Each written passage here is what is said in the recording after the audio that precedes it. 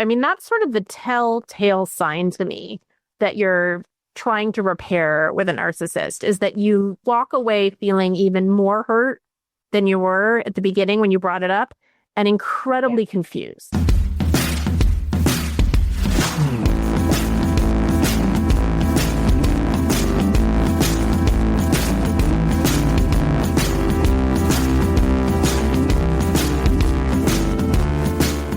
Hello, and welcome to How to Be a Terrible Daughter, the podcast where we hate your narcissistic, emotionally unavailable, or just selfish bastard parents for you.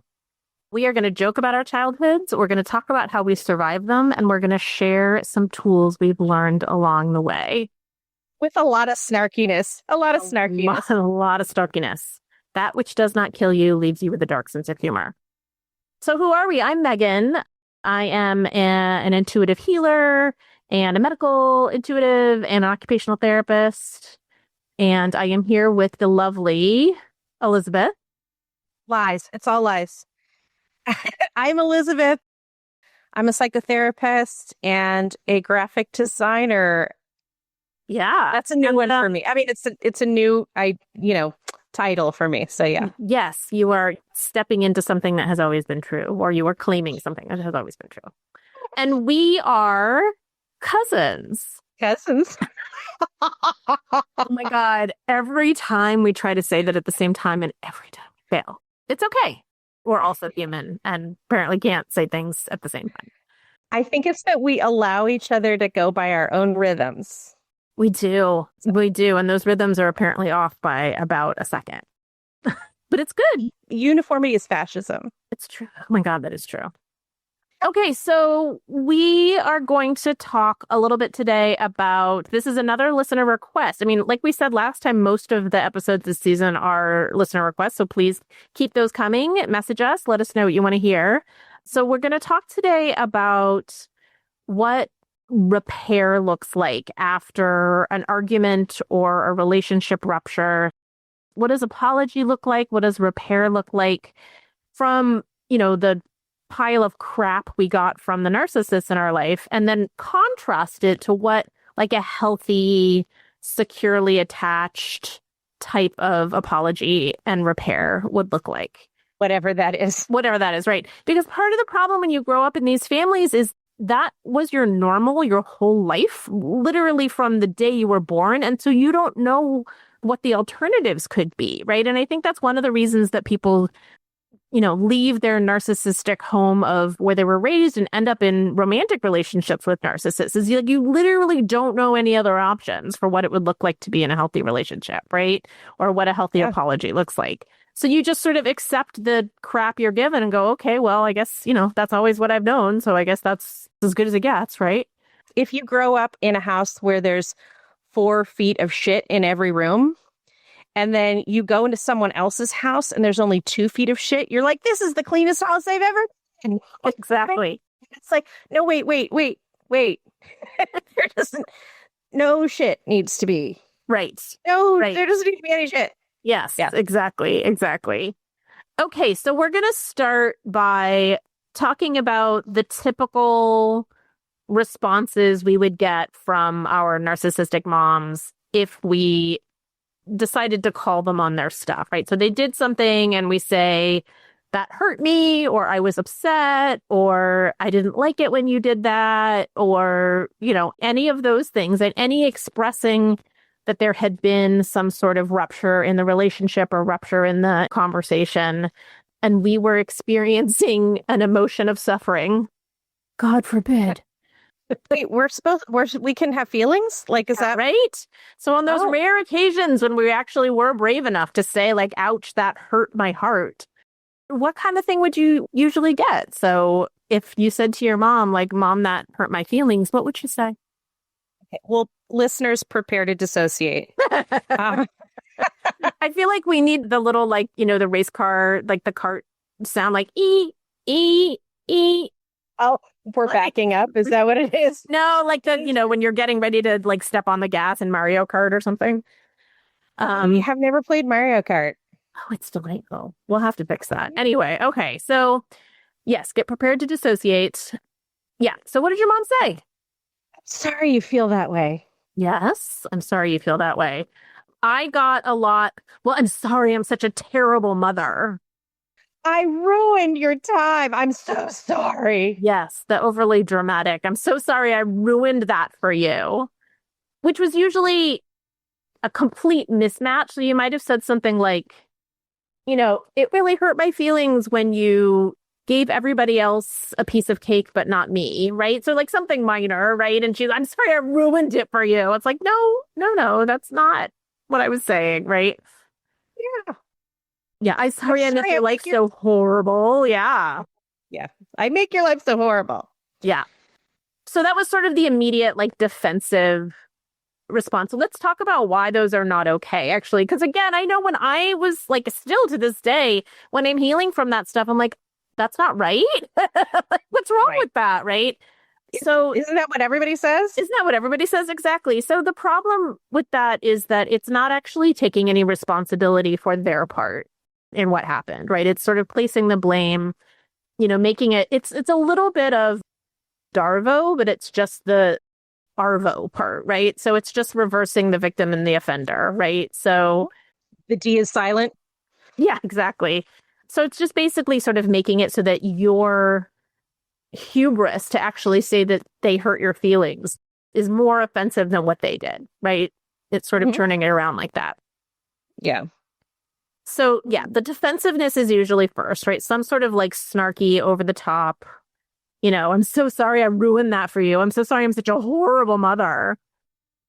My mom used to always give me you know what? I may not be perfect, but I'm a good enough mother. I used to get that a lot. I was like, are you? No, really? It's not. No. What's happening here? As a professional, no. No, she was not. No, she was not. So then, okay, so there's the initial, like, finger quotes apology that's not really an apology, right? Like, I'm sorry you feel that way, or I'm sorry I ruined this, or I'm sorry I'm such a horrible person, right? Which isn't really a genuine apology. And then after that, there's a number of things my mom would do. She would, like, a lot of times she would sort of distort it. She'd say, like, you took that too personally, or I didn't mean it that way, right? Or I would never say something like that. I would never be mean to you like that. You misinterpreted it, right? So sort of distorting whatever your complaint was, right? Or your, thing that you brought up to minimize it. Mm-hmm. Yeah. Literally the last time I talked to my mom, I called her on something and she was like, well, I don't think like that. And you're the one with the problem because basically you're the one who is interpreting my good behavior as this terrible thing. And so you should feel ashamed because you're the one who committed it. You know what I mean? It's like, you thought it, so you committed it. It's like, yes, I would get that a lot. I would never do that. If you think that I would do that, that's actually a sign of your mental illness and that, your distortions in thinking, right? So I'd get a lot of projection coming back. Yeah. Yeah. So there's like some comeback about how the way that you saw it was wrong, which is gaslighting, right? It just makes you feel like, well, wait, am I overreacting? Or, did I see something that wasn't there? Or, right? So it makes you, on the one hand, it's this sort of living in two minds, right? Where you're hurt. And then at the same time, you start doubting whether that hurt is valid, right? Which is really messed up because it's not, it's less about making you feel like you're not feeling what you're feeling. And it's making you feel like what you're feeling is a sign of mental illness or sickness or something, right? Mm-hmm. And that's the crazy making part, right? So it's not just flat. And I think that's, we've talked about gaslighting before. But I think that that's the, one of the key differences between gaslighting and just being a jerk or lying, right? Is so lying would be like, trying to convince you that you're not upset. Gaslighting is not trying to convince you that you're not upset or that that's not something worth getting upset about. It's about saying that the fact you're upset is a sign of how sick you are or a sign of what's wrong with you, right? Mm-hmm. That's really the crazy making part. Mm-hmm. Yeah. Yeah. And I think also what I'm struck by, because I'm used to the gaslighting part, what I'm struck by is is the energy back it's hard enough to actually give someone feedback that's negative, right? Yeah. Like there's something, that you did that hurt me or whatever. And then they just slam you, right? Yeah. And it doesn't have to be like 100 miles an hour. But again, like what you said, if it's a small thing, if their response is energetically more than that, Yeah. that's a way of shutting you down. That's a way of bullying, essentially. Yep. It's an energy, abuse, a tactic. I'm just going to say that. Like, it's an abuse tactic. It is an abuse tactic. I mean, and I think that's why we become afraid to bring up anything, is because, you can be bringing up something that in the grand scheme of things is a really minor thing.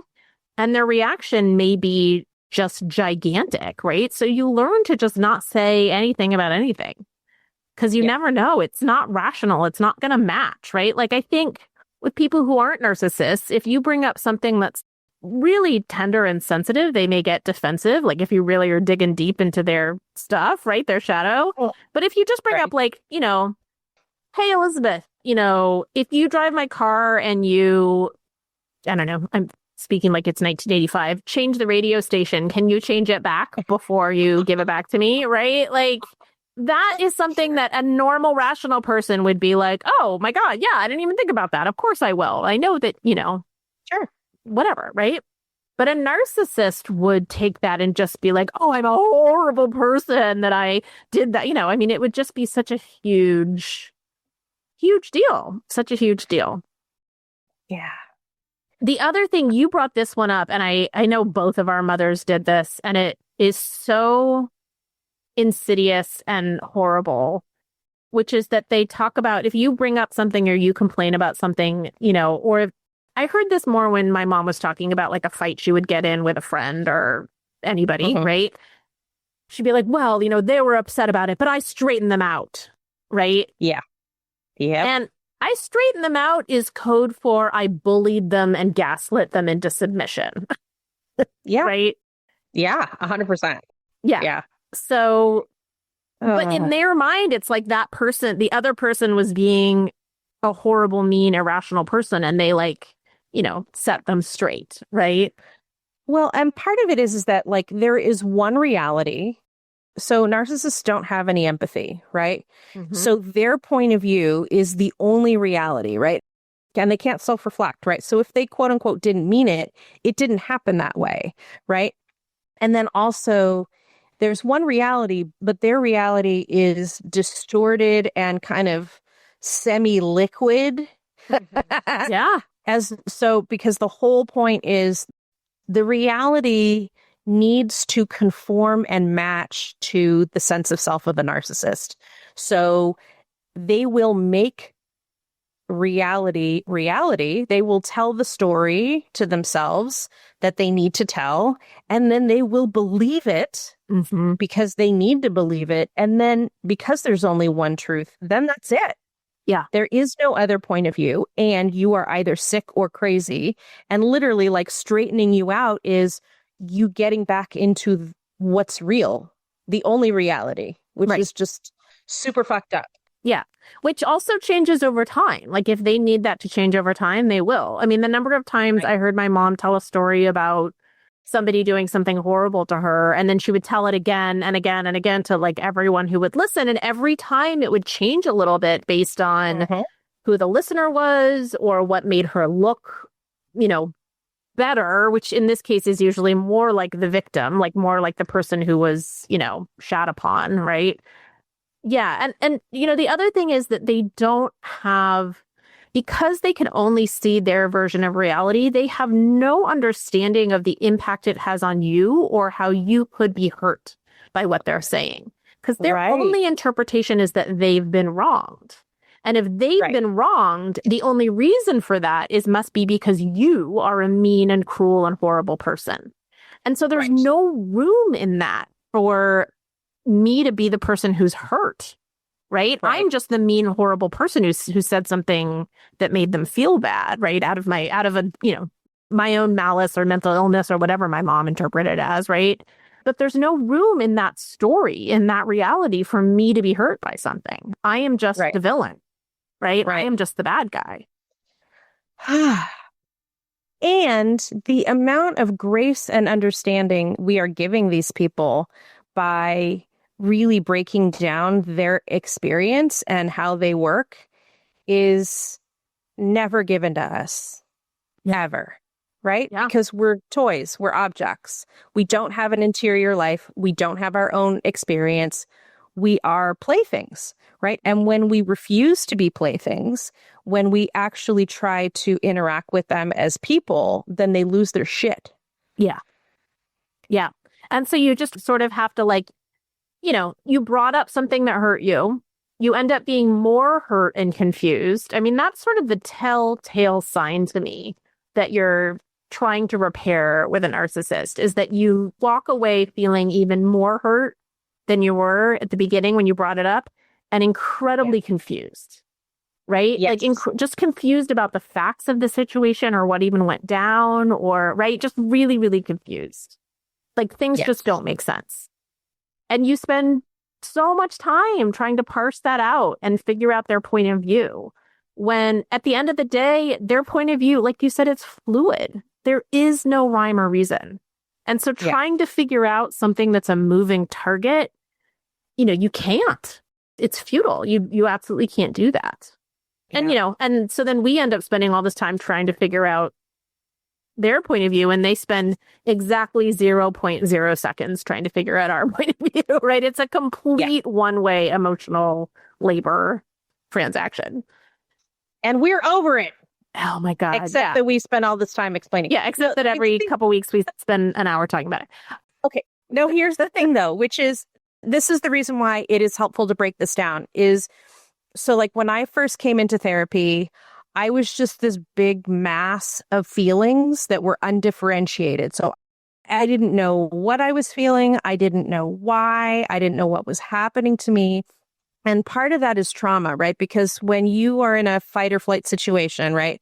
When you're in a triggering, essentially life-threatening situation, the intellect, literally like the logical centers and the verbal parts of the brain shut down. So you will not be able to intellectually understand, and you will not be able to verbalize. This is one of those reasons why like people, like they won't tell anybody for like 10 years that they've been abused. That's because it can take 10 years to even connect the trauma up to words, right? Let alone tell someone. So we're not necessarily doing this to give more attention to the narcissist. What we're doing is that whoever is listening to this, it's really helpful for you to have all of these little boxes to put these things in. So you're like, oh yeah, that's Darvo. Next, Yeah, that's bullshit. Okay. Can I add something to your, not only does it happen in terms of like parts of your brain shutting down, but if you are going through chronic trauma and abuse like this, it causes these cells in your brain called your glial cells to basically constantly be inflamed. And when your glial cells are constantly inflamed, your whole neural network doesn't function as well, right? So your thoughts are slower, your cognition is slower, and it also puts your brain in a constant state of baseline anxiety. Wow, so you can't sort through your feelings because there's just always anxiety. And so it's like you can't find the nuance of like what you're feeling or what, right? Just everything feels like a threat. So that's the other piece of this too, and why it takes so long is it can take years for that neuroinflammation to go down, and it only happens after you feel safe, right? Right. So first you have to feel safe. So you have to get yourself out of the situation and get yourself to a place that feels emotionally safe. Then a couple years later, you're able to actually feel different nuances of emotion. Like anger, for example, or whatever, right? It's just fear, right? Or, grief, right? It's just fear up until then. So yeah, there's a reason that this takes so long. I am actually like tearing up a little bit as you're saying this, because I'm in the point of my life where I am safe, and now I'm feeling all these feelings. And there's the word that comes to me is convalescence, right? That like I am having to recover But there is something else that I wanted to say, which is, I will admit, I didn't read this. I saw this on social media, but that neurologically, it's a relatively advanced neurological developed to understand the difference between physical danger, like, physical danger and emotional danger. Mhm. And so when you're a kid, feeling emotionally unsafe is the same as feeling physically unsafe. Yeah. So when we talk about how like, oh, we had nice clothes and we had this and we had that, not to, it's good to have those things, but the emotional instability of living with someone who could go off at any moment is terrifying. And to the body, to the nervous system, it is physical danger. Yeah. Well, and also the nervous system is not entirely wrong because narcissistic rage is so unpredictable that if it gets bad, it could turn physical in the right circumstances, right? Yeah, you're right. So it's not an unwarranted fear that this is a potentially physically dangerous situation, right? Yeah. Yeah. I remember one time I was in therapy and I was talking about how, I wasn't physically abused, in that way. And my therapist said, you worked really, really hard to make sure that didn't happen. Mm-hmm. Yep. Yeah. Yeah. Exactly. You did what you could. Yeah. To keep that from happening. Absolutely. Okay. Deep breath. We're going to switch gears here. If you've dissociated, take a nice deep breath in. Breathe out, because we're about to talk about what real repair and apology looks like and feels like when it lands in your body. Hopefully this part will be less triggering. So, okay. And this is something I will say, again, I am still learning, right? I am still learning about this. Like, I am still in a place where when somebody gives me one of those sort of narcissistic responses, it takes me a while to be like, oh, wait, that didn't feel right. That wasn't real repair. Something's off here, right? So it takes a long time to get to the point where I don't want to say expect, that's not quite the right word, but where other things would feel off and that the things we're about to talk about would feel normal. Oh, yes. Yes. Okay, so the first thing I'm going to say is that, so now we're dealing with someone who's not a narcissist. They may not be perfect, but at least they're not a narcissist, right? They're an actual human who cares about your feelings. We'll just start with that baseline. Sure. Wait, who? Right. Okay. So the first thing is that they actually hear what you said, right? And you can tell that because they can say back to you what you said in their own words. So if you say, like, I'm upset that you left the oven on when you left the house, they can say back to you, I hear you that you're upset that, I left the oven on. And they can even add detail because that's a fire hazard, right? Like they could even understand where you're coming from and why that would be something that would upset you, right? Right. Yeah. So that's the first thing, is that they're actually listening to you, not only for the words you said, but they are understanding the context in which you said them and why that would be something upsetting.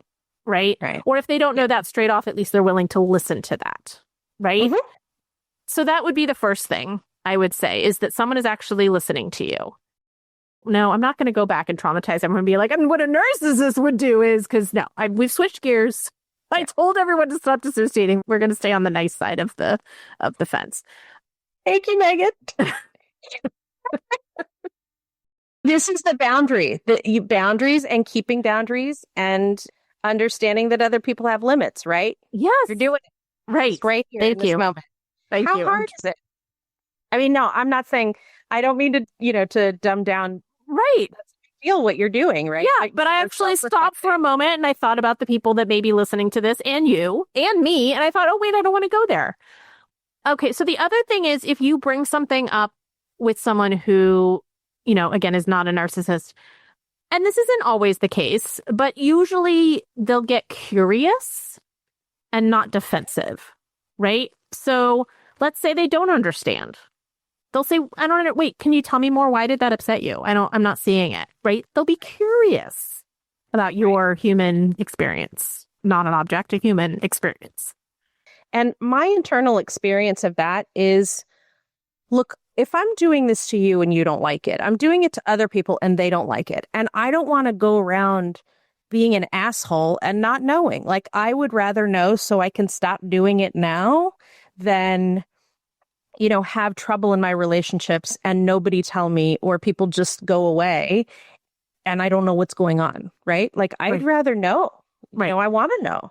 Well, and also the basic belief or the basic assumption that if I am in relationship with you, friendship, romantic, coworker, whatever, that I am not trying to hurt you.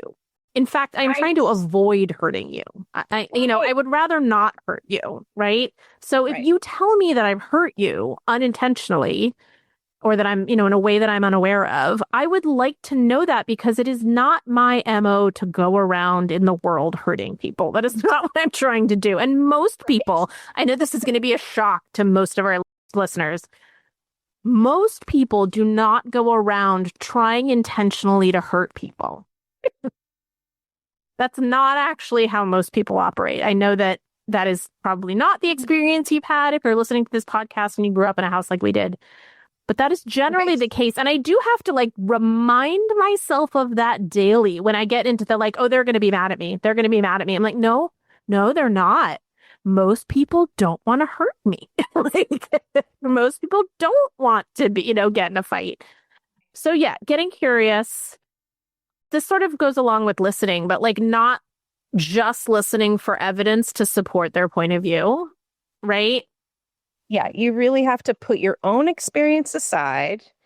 Well, yeah, you and also the person that you're in discussion with, right? It's like, if it's their turn to talk, right? Yeah. Then it's like, okay, I'm going to put aside my story for the moment, and I am going to basically walk in their shoes, right? I'm going to hear them and walk in their shoes. And you deserve the same. You deserve to have the other person set aside whatever is going on and just be with you and hear you in this moment with a presumption of goodwill, right? And care and attention, right? Yeah. I'm dissociating when you said that. Oh my God. Okay. I'm like, wait, goodwill, care, and attention? Yes.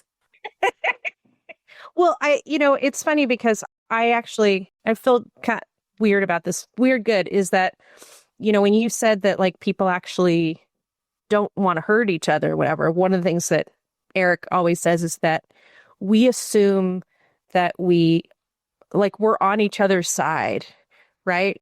We never assume that the other person wants to hurt us or is interested in doing that, right? So if there's a conflict, it's some kind of mismatch of experience or point of view. Yeah. That's it. Exactly. That's it. And that sort of gets to the intent versus impact, right? So a lot of times, when we're having these discussions with people and we're saying, you hurt my feelings because this happened or whatever, what you're saying is, I know you didn't intend to do that, but here was the impact. And someone who's not a narcissist will be able to, again, state that impact on you, even if they don't agree with it, even if they're like, well, that's not what I meant to do. Right? They'll be able to say, oh, I see, now that you've explained it, how from your point of view, it impacted you this way. Right? And there's an empathy there, right?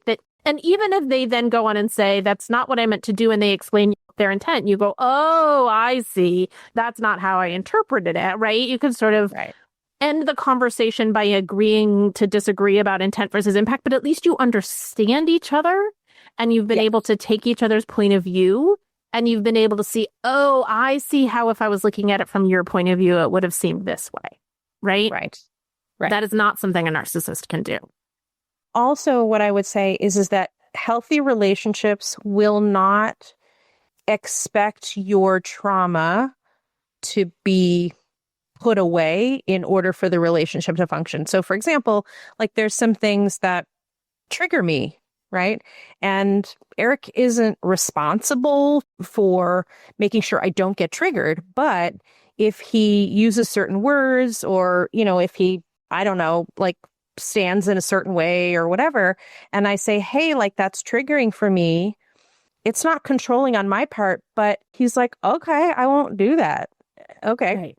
Yeah. Because he's like, I don't want to trigger you. And it doesn't have anything to do with like what's going on. It's not, that's like, if I'm accidentally speaking French, you know what I mean? And that's hard for you or frustrating for you. I actually would rather speak in the language that works for you. Yeah. And so it's okay for people to, because they care about you, work with you with your triggers, right? That's a really good point. That's a really good point that you don't have to be in a perfect state of mental health to be in relationship. In fact, yes, the process we're talking about, going through repair when there are rifts or when you are triggered, right, is part of learning how to feel safe that we were talking about earlier, right? Yeah. A big part of it, if there's no relationship that there's never going to be disagreements or that somebody's not ever going to accidentally do something that hurts somebody else's feelings. And the real repair work comes in being able to talk about it and do all the things we're talking about. See each other's point of view, blah, blah, blah, adjust your behavior afterwards, which is another thing a narcissist will never do, right? They'll just keep doing the same shit. But someone who is actually interested in real repair, if you say, hey, when you stand over me like that behind me, it triggers me to have someone tall behind me. Oh, I won't do that. And then they don't do it.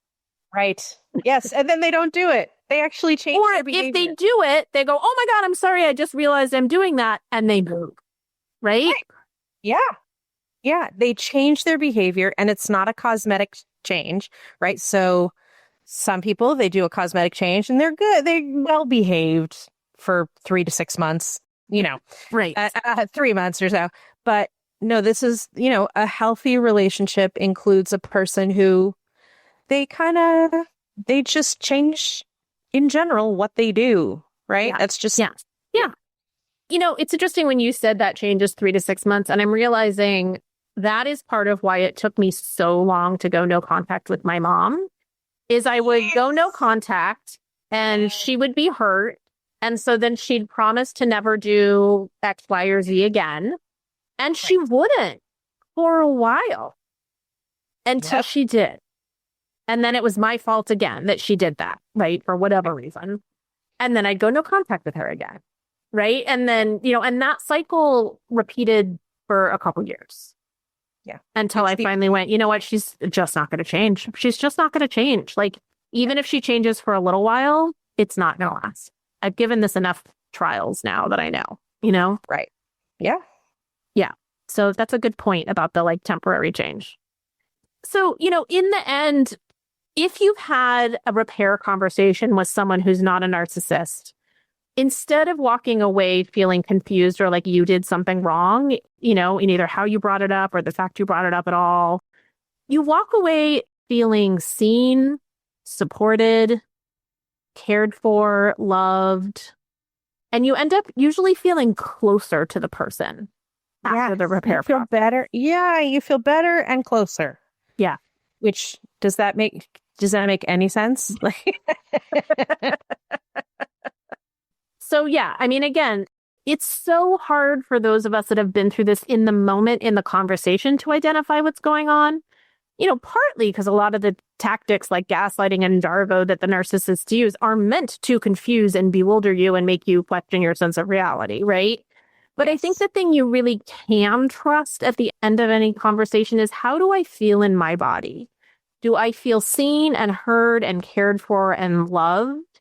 And like I'm closer to this person now? Or do I feel confused and ashamed and guilty and like I've done something wrong? Right? Right. Like, I think those are really just, trust your body. How does your body feel afterwards? I think that's a really good way to gauge whether you're in a healthy, not whether you're in a healthy relationship, because there's always going to be challenging conversations that don't go perfectly in any relationship, but, whether it was a healthy repair conversation or not. Right. Yeah. And I will say that because you've experienced trauma, it's okay for you to not immediately know what you're feeling, right? Because, I mean, I know now that I think about it, like if I have to come to anyone, right, and give them feedback or whatever, I am not going to be fully present. Yeah. And I probably won't be for a while after the conversation's over. So I also want to encourage people to have compassion with themselves and just be like, look, it may be that the next day you feel good about it or whatever. Right. It may take a while for you to, yeah. The converse is true. It is taking me sometimes days or weeks to figure out that a conversation wasn't really an apology or wasn't really working through the thing. Do you know what I mean? Like, Yep. there's a delayed reaction there because, I mean, like you were talking about at the very beginning, your brain goes offline, right? Like just the act of bringing something up to someone, your brain's going to go offline because you're bracing for the worst, Yep. And so it might take a little while to be like, you know what? Like that apology didn't actually make me feel good. Or, oh, you know what? That actually went okay. Like I actually feel safe. I feel good. It's been a couple days and nobody's yelling at each other. Like nobody's giving each other the silent treatment. Like that actually went pretty well, right? Like, so it does sometimes take a little bit longer to recognize those things. That's a really good point. It's not immediate a lot of times. I'm reminded of a couple of times when I've come like back to therapy and they'll be like, so how's that conflict with so-and-so going? And I'm like, oh my God, I totally forgot about it. Like, oh, I had a conversation with them and we worked it out and it's fine. Like, I didn't even remember, right? Because it was actually like, we worked it out because we're both present and kind people and that is actually what could happen, right? That's another really good sign, actually, that I hadn't thought of. So, a month later, are you still perseverating and thinking about that conversation or not? Yeah. Right? In a healthy repair conversation, it's done. You're over it. You don't even remember that you had the conflict, right? Mm-hmm. In an unhealthy conversation, you are running it over in your mind and thinking about it and thinking about what you're going to say to the person next time, la, la, la, la, la, over and over and over again. Yeah. So, yeah. Okay. It is time for our crazy mom off. You want me to go first or do you want to go first? I think you should go first. Okay. If you don't mind. Okay. So Yeah. you get all the time. You get it all the time. Oh, well. Thank you. Not all the time. Sorry, that's not fair. I'm going to take as much time as I need. Okay, so I'm going to do a little backdrop on this story. Okay, so I was in 5th grade. How old are you in 5th grade? 10, 11? 10, 11, something like that. 11? 11. We're going to go with 11. I was 11, and one weekend I was going to my school fair. And, they have all of the rides and the games and the this and the that. And they had one of those ones where you were throwing ping pong balls into those tiny little like mini fish tanks that are filled with water, right? Mm-hmm. And so, if you throw 5 ping pong balls and get them in, you get a prize, right? Yeah. And so the prize for this particular game this time was a fish. Little mini fish tanks, and you could win a fish. Just a little like guppy fish, right? Or goldfish or something. Not a fancy fish. So exciting. Very so exciting. And I was a fish aficionado. I didn't mean to say that like that. I didn't know that. Yeah, I had a fish tank when I was growing up. So I had a freshwater fish tank with some angelfish and a plecostomus and some zebrafish, just like, fish store fish. I don't know, it maybe had 10, 15 fish in it at any given time. And it was in my room and they were my pets and I would talk to them and, clean the tank and blah, blah, blah. Gave them names, all of that. So I was very excited that you could win fish because I had a fish tank. Yeah. And I was going to put them in the fish tank. So I think I spent most of my time at this game and I ended up winning a ridiculous amount of fish. Yay! I mean, I probably won 10 fish. And so they, put them in a big plastic baggie with the water in it and the twisty tie at the top, right? And I very carefully brought them home.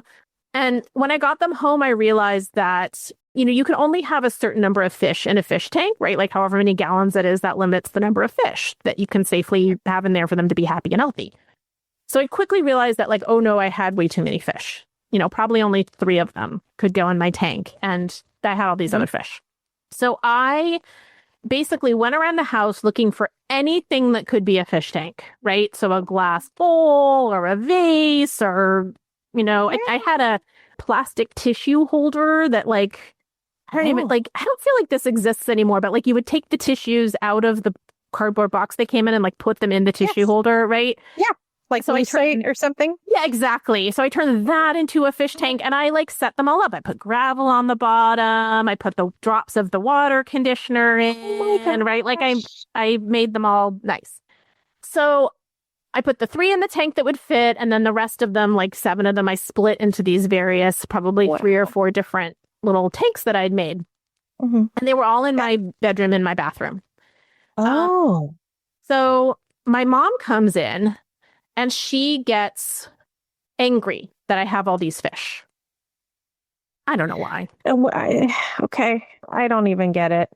You love these things, these living things. She's upset that I've taken some vases and some glass bowls from around the house and repurposed them as fish tanks because now she can't use them, right? And they're the only things in the world. They're the only vases and containers in the world. Right. So she's upset and she gets really angry at me. And she starts telling me that it was irresponsible of me to win all these fish when I knew that I didn't have room for them in the house. Again, I'm 11. I don't think I was thinking ahead. I was just like, I love fish. Look, you can win fish. This is Your the best frontal lobe thing was ever. not developed. Right? Of course you didn't think it through because you literally don't have the brain structure yet. Right. But when I got home, I thought I was pretty clever in figuring out how to deal with this problem all by myself at age 11, right? I solved the problem. I made happy homes for the fish. I got the water to be the right thing and I put the gravel in and everything. So my mom gets furious because now she can't use her bowls and her vases and whatever. And she's especially mad about the tissue holder. I don't know why. She was especially mad that I turned that into a fish tank. How dare you be creative? I know. And so she proceeds to start screaming at me, telling me how irresponsible I am and that I clearly am too irresponsible to take care of these fish. And she proceeds to dump them down the toilet and flush the toilet while they were alive. And I am crying and I am telling her that she's killing the fish. And I remember she said, I'm not killing them. The sewer system goes into the ocean. They'll be fine. And I remember saying, Mom, they're freshwater fish. They'll die in the ocean. Jesus Christ. Oh. And she just continued to say how, well, it's because, you weren't responsible enough. Why did you win all these fish when we didn't have room for these fish? Blah, blah, blah. Clearly you weren't responsible enough to take care of these fish. So I'm just getting rid of them. So I think your mom likes to kill animals. I'm just going to say that. I think your mom likes to kill animals. I think there's a reason that my therapists have said that she was probably a sociopath and not a narcissist. But yeah, so that was the end to my really exciting day at the fair. Yes, because how dare you have a good time? I love how she's saying that you're too irresponsible. I think you were a better fish mom than she was a mom. And I think that she got competitive. I think you, just as an 11-year-old, were a better parent that afternoon than she had been cumulatively in your entire life. Probably. She didn't even put gravel on the floor of my bedroom, let alone condition my water.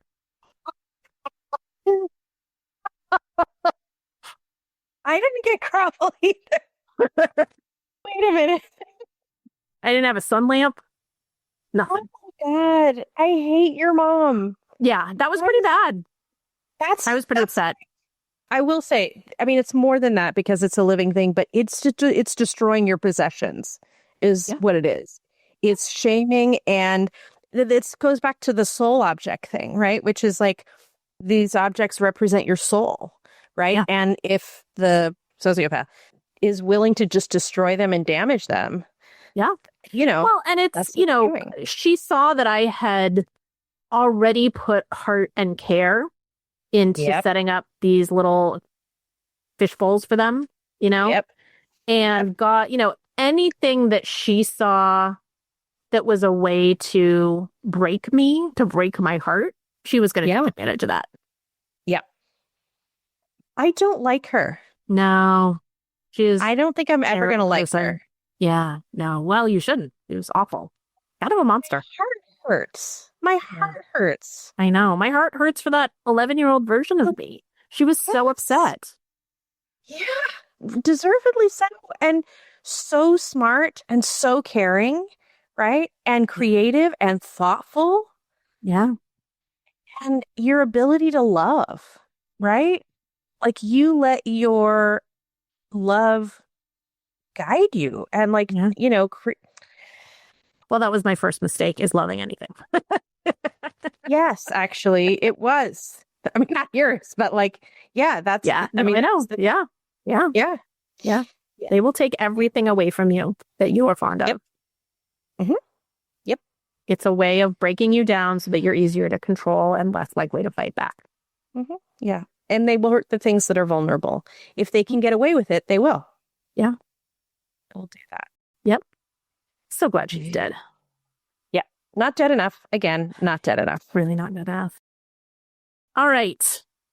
Give me your story. Give me your story. It's my turn. Okay. So this week it's a listener story. Ooh. And we are not, yeah, I know. We are, and I've been thinking about this one for weeks, right? And I don't know if we're going to get to the part that I've been thinking about, but like, because it's like a couple pages long and I'm not going to share all of it, but like, you know how it's like the little pebble that starts the avalanche, right? It's like, it ends up coming. It just gets more and more and more. Yes. So we are not going to say the names of the people who write in, not because we don't respect you. It's because we actually do, right? And these are like, these are intimate stories and we all need a sense of safety. So, okay. Right. So this listener, for their birthday, their mom got theater tickets for them and their partner and the listener's partner, and then the mom and the mom's partner a couple weekends before the birthday. But her mom and this partner broke up before. Okay. So before she came to visit. So that's the little pebble, right? Actually, no, the little pebble is actually having a birthday, right? Yes. That's the first trigger, right? Or, having your mom visit. Yeah. Okay. So the night before the theater tickets, they go out for dinner and music. And apparently the mom loves music, but it was too loud or blah, blah. So she starts getting it. Yeah. So you have to ruin it, right? You have to ruin it. So she starts getting into it with the people and like the people who were playing the music too loud, you mean? Yes. Okay. Yeah. I'm not quite sure if she is getting into it with other people because I kind of want to truncate this a little bit. But yeah, I mean, like she's making a nuisance. She's making a ruckus. Whatever. Right. Yeah. Okay. So the next morning, the listener gets a text from her mom saying that she's not feeling well and isn't going to make it to the theater. Right. And to give her ticket away. Right. How selfless of her. Sorry. I know. Exactly. And I want to say, like, so on the surface, it's selfless, right?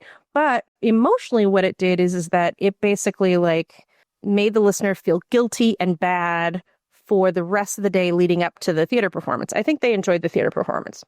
Well, and it also set the listener up because there's no right person she could have invited to that in her mom's stead. Right? Yes. Like, yes, exactly. Every person would have been wrong, would have been an offense to the mom in some way. Right. Exactly. Yes. Okay. So a little bit later, when it was her actual birthday, the listener went over to her mom's place after work because she hadn't been feeling well or something like that. And she didn't bother to get dressed. And she was just not doing well. Now, this is, of course, she'd had several weeks, right, to get something for her daughter for her birthday. I mean, okay, theater tickets or whatever, but like something. So she said, I didn't have time to go to the shops. So this is the best I've got. Okay. She takes a plant pot that she had found outside, which had dirt in it and rabbit droppings on the top. And she puts candles in the dirt, lights the candles, and sings happy birthday. Oh my God. She literally gave her shit and dirt for her birthday. Yes. Essentially to eat, right? Like, I mean, but this is supposed to be the birthday cake, right? You eat the thing that you put the candles in. Right. And it's like you fucking eat shit on your birthday. Yeah. Yeah. She could have picked so many. She could have put the candles in a slice of bread. She could have put the candles in a piece of fruit.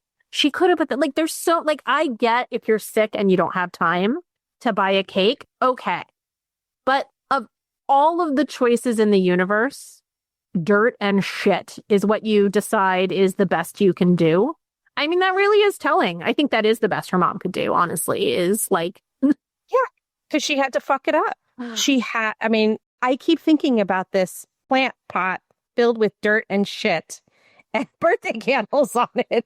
And it's like, this is what they do. You know what I mean? And Yeah. my heart goes out to this person. Like, My heart goes, and then of course, like, if you say anything like, this is a pot full of shit and dirt, like, why didn't you just put these candles in an apple or something, right? Then you get the, like, you're so ungrateful. This is the best I could do. Right. I've been sick. Don't you know how bad it's been for me? Right. But you know what? Like, heartfelt singing happy birthday or a hug or Yeah. but here's the deal, which is if you can get theater tickets, you can fucking get like a bagel or whatever. Like, you can get something that's actually edible. Even, you know what? You can even just be real with the person and say, I've been really sick. I didn't get anything for you for your birthday yet. I feel really badly about that. And so when I am feeling better, I'm going to get something for you. Right. It's that simple. Right. And so here's the thing that I'm thinking, especially considering, I think it was our last episode about life after no contact. Anyway, so it's the public versus private thing, right? So in private, she basically gives her daughter a birthday cake of shit. Yeah. Right. Right. Like you're supposed to make a wish on this thing. Okay. Right. But in public, right? Yeah. Like the public story is, well, I bought theater tickets for my child to celebrate, and then I wasn't able to go. Yep. So they got so they got 2 extra tickets. And aren't I a wonderful person? And this is the thing, which is like the good stuff is all in public. Yeah. And then they make you pay for it. Yeah. In private. Yeah. The good stuff is all in public and they still have to make it about themselves. Right? Yes. Yeah. And you understand, and I understand that whenever you get the good stuff, you know that the shit birthday cake is the shit birthday cake is quite symbolic, actually. Yes. The shit birthday cake is coming. You know it's coming. There's got to be a t-shirt or a sticker in there. The shit birthday cake. I mean, survived my narcissistic mother and all I got was this rabbit dropping birthday cake. Yeah. That's terrible. What is Listener, I don't know who you are, but like, I'm so sorry. And I fucking hate your mother. That is the most childish, selfish, emotionally manipulative bullshit I've ever heard. The only good part of that story is like, I really hope that whoever that partner she was with dumped her, not the listener, the mom, dumped her and made her cry. That's the only part of that story that I liked. Is that she got dumped. Well, she probably didn't get dumped. Narcissists tend to just, find fault in people and break up with them. Anyway. That is true. And I will say, just to give some respect to this listener, that like, that's not the thing that hurt them the most. Right. It goes on. Or, of course. More? Of course there is. That is just the rabbit dropping a moose bouche. That's probably the beginning of the story. Just the little 2-spoonful bite.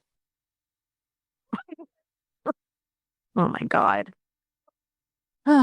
Listener, I hate your mom. I hate your mom so much. She's such a fucking bitch. And oh my God. That's terrible. Wow. Now I want a birthday cake that is cake, but it looks like a pot of... Oh, like one of those hyper realistic cakes, but it just looks like, all right, well, next year on your birthday, I know what I'm getting you. And don't forget cheese. I want cheese for my birthday. Absolutely. Well, yeah, I'm going to make you come out here to the Netherlands and we're going to drive. First of all, did you say you drove several hours to get the cheese? Okay, now that I'm here and I'm living in the Netherlands, can I just tell you, this country is not several hours across. Like, I don't know. There's got to be cheese within 30 minutes. Like, there's 3 hours. You're in Germany or you're in France. Like, where the hell did they take you? I'm just saying it did not need to be that long of a trip to go to cheese. There's got to be a cheese town way closer to Amsterdam than 3 hours away. 3 hours away, you're essentially in another country. Okay. So I will say that maybe it wasn't that we drove 3 hours to get there, but that it was like 45 minutes to an hour, or that maybe there were like other stops along the way or something like that. But it was forever. It was the entire afternoon. It was hours and hours. It was more than 3 hours total. I don't know, but it was a lot. It was a lot. Anyway, I will say I will be taking you for cheese for your birthday next year, but I will be taking you 2 blocks away to the cheesemonger that has all the cheese you could possibly want. Okay. With a lovely little 2 block walk away. We'll bring the dog. It'll be great. Yay. And then you'll get your shit pot cake that I'm going to make for you. I better start learning how to make hyper-realistic cakes. See, that's a real repair. It's not even Megan's thing, but I love you, so I am going to learn how to make a cake that looks like shit. Actual literal shit. That's how much I love you. Okay. All right, tools. Let's quickly do some tools. I know this has been a long one, but tell me a tool that you used this week when something was hard. Therapy. Mm-hmm. I'm going to therapy. Sometimes it's hard to do. I will say that the other thing that I've been making sure to do is to not overload my therapy days so that I have like the mental clarity before and that I have room to not be clear afterwards. Right. So there's prep time and then there's downtime. So, and not everyone's able to do that. And I know not everybody's able to even find a good therapist, but I will say that, like, it's okay to like create space for you so that you're not sandwiched in. Yes, absolutely. It's good to keep therapy days, if you can, as clear as possible. And to make sure that the people around you that you live with know that it's a therapy day, right? And so that they can give you a little extra care too. That's always good. Yeah. Yeah. Yeah. Good one. How about you? Good one. So I, a lot of times, have trouble accessing anger in the moment with things. And I realized that I had an interaction with someone that I really should have been more angry in the moment, but I wasn't able to access that. And even afterwards, talking with the person, I wasn't able to access like the level of anger I needed to access. So I balled up my fists and clenched my body, and I screamed with a metric ton of anger the things that I wish I'd said to them or been able to say to them in the moment, which I may not have even said to them in the moment because they were kind of harsh, like, you know, part of the reason. Yeah. But I felt like there's a stress cycle that your nervous system needs to complete, and it needs to like feel a series of emotions in order to complete that. Yeah. And anger is oftentimes one of them, and I don't easily have access to that. And so I just, in the privacy of my own bedroom where it felt safe, I screamed at this person. Good. I punched the air. And it felt really good. And I felt afterwards like I was more settled. Like I definitely felt like the situation wasn't as like triggering for me. It wasn't as front of mind as it was. I'm so glad. Yeah. I'm so glad. You deserve that. Thank you. Yeah. Yeah. It's so healthy. Yes. Yeah. Okay. Do you want to tell people how they can contact us? I definitely do. So we have an email address. It's h2bterrible@gmail.com. I will say that again. The letter H, the number 2, the letter B, terrible@gmail.com. We also have an Instagram account that's @terribledaughterpod. TikTok. We've got YouTube, and then we've got our Etsy store, Heinous Offspring. We have new merch in. It's very exciting. I'm wearing one of the sweatshirts right now. It's quite comfortable, actually. Awesome. We have candles, scented candles, and one unscented candle when you are too overwhelmed to have scent your candle. Because you've taken in too much. So anyway, we've got a special. And they all have the candles have snarky, terrible dog sayings on them. Yes. So the unscented candle is called Too Tired to People. Anyway, and I'm talking about the candles because we actually it's not just for this period of time. We've got like a whole rollout. Anyway, so we're doing great stuff. And yeah, check us out and let us know if you like any of our reels or anything like that. So yeah, send us your crazy mom off stories. Send us things that you'd want us to talk about. Yeah. Or good stories, right? Like, yeah, I did this and, that was great. So anyway. All right. So here's the deal, right? Just be yourself, right? Your toxic family is going to hate that. They're going to think that you're a terrible person. They're going to paint you as the villain in their story. But you know what? You don't want to be the hero in their story. You want to be the you in your story. So just be the villain. Do it. Be the villain. Thank you for listening. We'd be so grateful if you'd follow or subscribe and rate and review our podcast on your favorite podcast app. Make sure to share it with friends, family, or anyone that you think may benefit from this content. And as a final reminder, you are not the crazy one.